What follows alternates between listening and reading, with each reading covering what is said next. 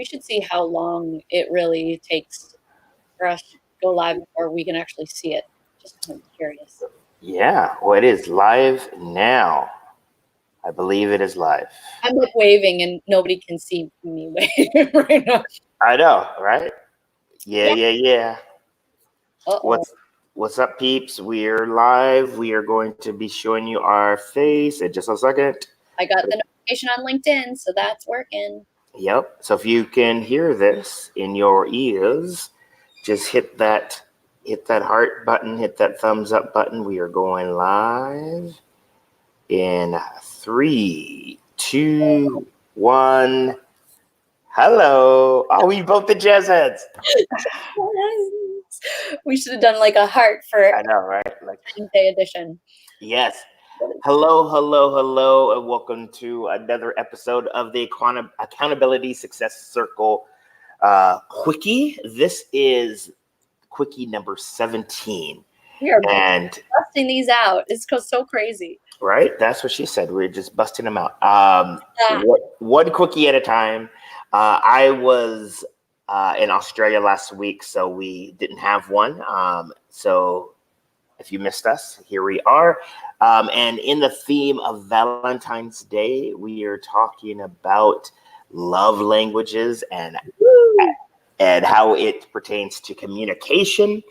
So Apryl, are you ready to just dive into it? Yeah, so we're going to talk about this whole concept of the 3 different ways that you can use love languages to enhance communication. And just as a reminder, if you have never heard of love language before, or you need, why is there noise behind me? Or if you need a refresher, there are 5 primary love languages. They are acts of service, quality time, words of affirmation, physical touch, and gifts. So the love languages, as I would maybe try to explain them, is just this way of how we receive, or how we can receive love in our best way, or maybe even how we can give love to others. And this doesn't just have to be with your significant other or whatnot. It can be with your children. It can be with even work colleagues. It could be your friends. There are all these different love languages. So to start with, the first the first way, or the first different tip about how to leverage love languages is that we need to know what, I'm trying to read this. I can't read today. What they are at play in any given interaction. So, as I said, there are so many different ways that love languages can show up depending on the person, right? You might, I'll use myself as an example where, when I think about my husband, I feel the most love when acts of services are being done, like he's doing the laundry, or he's, that makes me super happy. Whereas with my kids, I just love physical touch. I love hugging and cuddling with them and all of those things. And, not necessarily physical touch with my friends, but quality time might be something that comes to play in those interactions. So if you want to start by knowing what love languages would be the ones that speak to you the most in any given interaction with anyone you have a relationship with. Is there anything else that we wanted to say there, Gary? Well, first and foremost, I'd like to ask you a question. Do you know what your love language is? If so, leave it in the comment. And as Apryl mentioned, it isn't a static thing, and it can vary from context or from relationship to relationship. Your love language with your romantic partner may be different from how you like to receive love at work. Or in any other situations. Me, I love physical touch is one of my big ones. And also, I love words of affirmation. And then, so those are the big ones. And for me, it doesn't necessarily vary too much. That's why you'll probably see me throwing up the high fives. And, I really like when people say, "Oh, good job, Gary, good job." So yeah, that's just me. But if you have a preferred love language, we'd love to know what it is. So leave it in the comments. So that actually, I think I gave away the second one. Yeah. So might as well just go into it. But yeah, the love language, it does change from person to person, context to context, situation to situation. And it's important, as April mentioned, to know, what yours is, because that way you can communicate what you want. A good friend of both of ours, Star Decker, she talks about asking for what you want. And when I was at the World Domination Summit in Portland last year, she had a workshop on that. And so if you know what your love language is, you can clearly communicate to other people like the things that you need. But the other thing about that is that,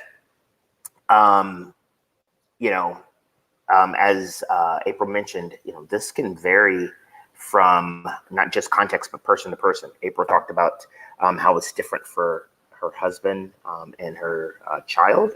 And just because you know one person, don't assume that because it reminds me of this story, and I'll just briefly mention it. It was a story about, this husband, and he brought home, because he loves apple pies, he brought home an apple pie to his wife to show that he loves her. And then he brought it home for Valentine's Day, Christmas, their anniversary, and he just kept bringing these apple pies. And she's like, "Why are you bringing these apple pies?" It was like, "Because I love apple pie, and it's just my way of showing you that I love you." And she was like, "But I like cherry pie." And he's like, "Oh, all right, that's nice."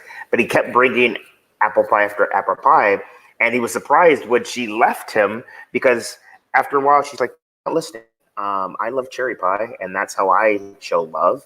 And this is an exaggeration, but it's really interesting that a lot of times, just because your love language, how you like to receive love is one way, you just assume that everyone is the same as you, and that's how you show love. And you might be, surprised that might cause some friction. So, April, what are your thoughts on that?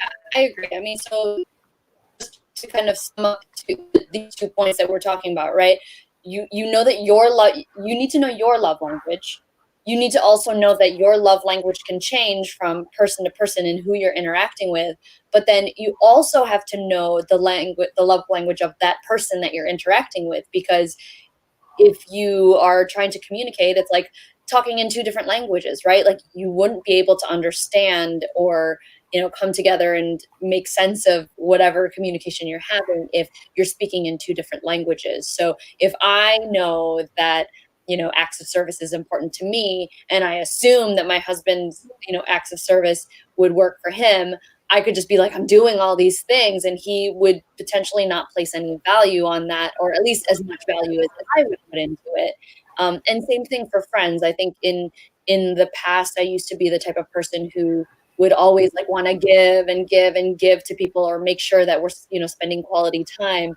And I would never get that back, because like I was trying to give what I wanted, but then, they might come back and give me something in the sense of like, words of affirmation or gifts, which is not like, I don't like gifts is like very, very low on my list. So it's like, that's not really the way to my heart to buy me something. Yeah, it might be nice, but it's, I'm not that crazy about tangible things. So it's always good to know that, if you're trying to impress me, getting me a gift is not the way to do it. Doing something for me, or, and that's a little bit more universal, doing something thoughtful, or just even spending time with me, those are great ways to make me feel like I'm loved.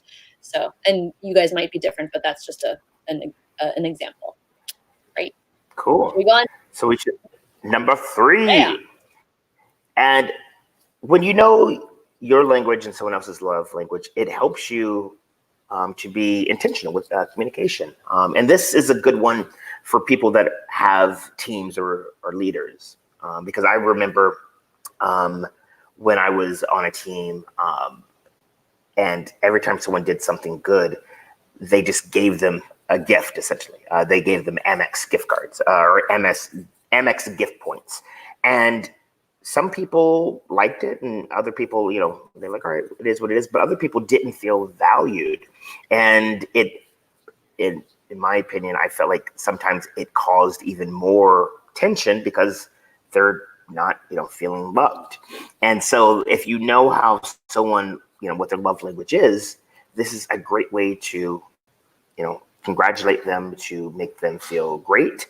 And if you're getting some tension in a relationship or in communication, knowing someone's love language and doing that is a great way to break the tension, to nullify some of those that tension. So, April, what are your thoughts on that? I agree. I mean, I think that, it sounds kind of weird when you say love languages and you automatically want to think about like an intimate relationship or something like that. And you're like, how do I apply this to the workplace? But it is very applicable if you can just kind of shift your mind about, the word love and know that this applies. I mean, there's so many different ways to speak to people, but this is also just an emphasis about how important communication is in every sense of the word. And so, yeah, I think take those love languages, use that as a way. I mean, it's kind of like any sort of personality test, right? Like, what's your Myers-Briggs and what's your, all these different assessments that are out there. This is a way to kind of categorize or help somebody understand where you're coming from or like how you work. And the more that you can communicate that, right? Because we don't want people to just assume where we're coming from. Like, we need to be vocal about that because we can't read other people's minds, to just kind of share that so that people understand this is how I can feel like I belong, this is how I feel like I matter, and that I fit somewhere. This is the way that you can speak to me and either get to my heart quicker or get to this place of me feeling this sense of connection quicker, or not. So yay. But those are our 3 tips. Happy Valentine's Day to all of you guys who are, whether you're celebrating it or not, it's up to you. But I think that, I just love when there's opportunities to like just celebrate something, because, you can choose to take advantage of it or not. And hopefully you can spread your love, platonic or romantic, whatever your flavor, and just enjoy the day and a great kickoff to the weekend. And just as a reminder, we are the Accountability Success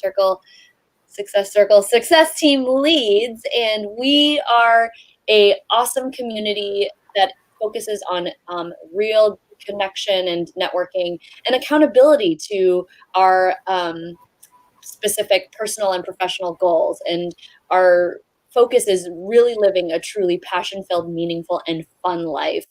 So hopefully, if you are interested in knowing a little bit more about the ASC, we have a community of over 200 people, like almost 250 people. Come check us out. There's a lot of engaging and amazing conversations, and we would just love for you to join us. But this is just a little taste of some of the conversations that we're having. So check it out in our link right below, and we'll see you again in next week's Quickie, right? I think, Gary? Yes. Yep. All right. So, till next time, everyone. All right. Bye, guys. Bye. Bye. Bye.